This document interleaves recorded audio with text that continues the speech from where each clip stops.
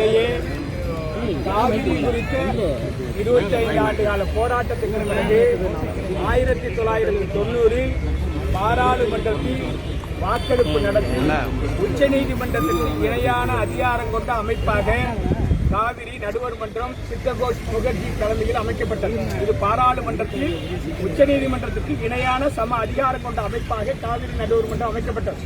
அதனுடைய இறுதி தீர்ப்பு 2007 வழங்கப்பட்டிருக்கிறது. இறுதி தீர்ப்பில் உறுதிபட தெரிவித்திருக்கிறது, கர்நாடகம் கீழ்ப்பாசன விவசாயிகள் ரைப்பேரியன் ரைட்ஸ் பாதிக்கிற வகையில் எந்த ஒரு புதிய அணையும் கட்ட முடியாது என்பதை உறுதிபட தெரிவித்திருக்கிறது. அதனை உச்ச நீதிமன்றமும் உறுதிப்படுத்தியிருக்கிறது. உச்ச நீதிமன்றம் உறுதிப்படுத்தியது மட்டுமல்ல, மத்திய அரசியலிலும் வெளியிட்டு அதை தெளிவுபடுத்தியிருக்கிறது.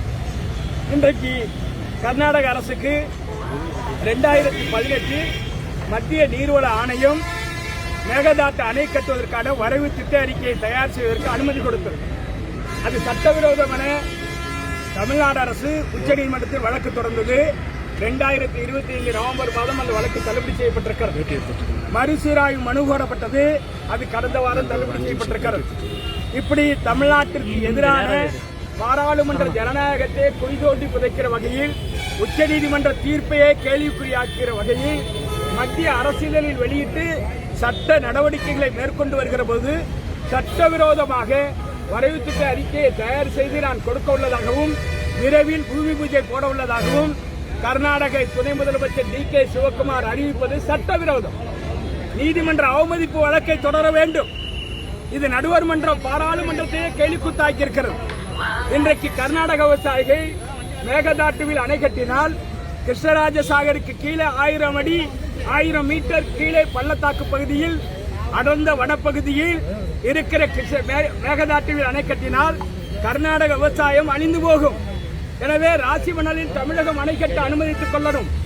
அங்கிருந்து ஒரு கரை நமக்கு சொந்தமானது என்பதால் தேவையான குடிநீரை இறைவு பாசன திட்டத்தில் எடுத்துக் கொள்ளலாம் என்று ஒட்டுமொத்தமாக தீர்மானம் போட்டு கர்நாடக அரசின் கையிலேயும் கொடுக்கப்பட்டிருக்கிறது.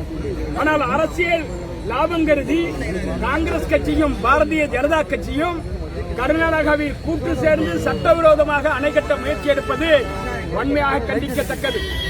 இதனை எதிர்த்து கர்நாடக தமிழக விவசாயிகள் போராடுகிற போது கர்நாடக அரசாங்கமே கன்னட தமிழர் இன உணர்வை உருவாக்குகிற முயற்சியில் தீவிரமான நடவடிக்கையில் மறைமுகமாக ஈடுபட்டிருக்கிறார்.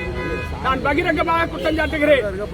இந்த இன உணர்வை உருவாக்கி அரசியல் லாபம் தேடுவதற்காக கர்நாடக முதலமைச்சர் எடுக்கிற முயற்சிக்கு மத்திய அரசு துணை போகக்கூடாது. உச்ச நீதிமன்ற உத்தரவாதத்தின் அடிப்படையில் அரசிதழில் வெளியிட்ட அடிப்படையில் மேகதாட்டு அணை கட்டுவதற்கான அனுமதியை கொடுக்கக்கூடாது.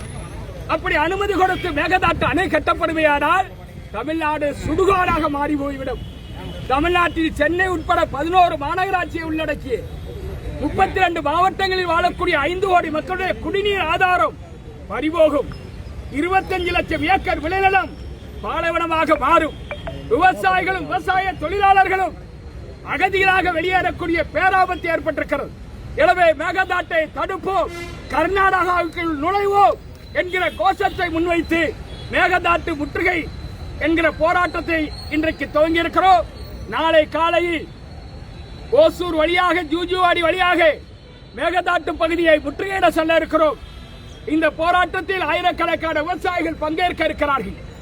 மத்திய அரசு உடனடியாக கைவிட வேண்டும், கொடுத்த அனுமதியை திரும்ப பெற வேண்டும், வரைவு திட்ட அறிக்கையை நிராகரிக்க வேண்டும் என்கிற கோஷங்களை முன்வைத்து எங்களுடைய பயணம் தஞ்சாவூரில் ராஜராஜ சோழன் சிலைக்கு மாலை அணிவித்து புறப்பட இருக்கிறோம்.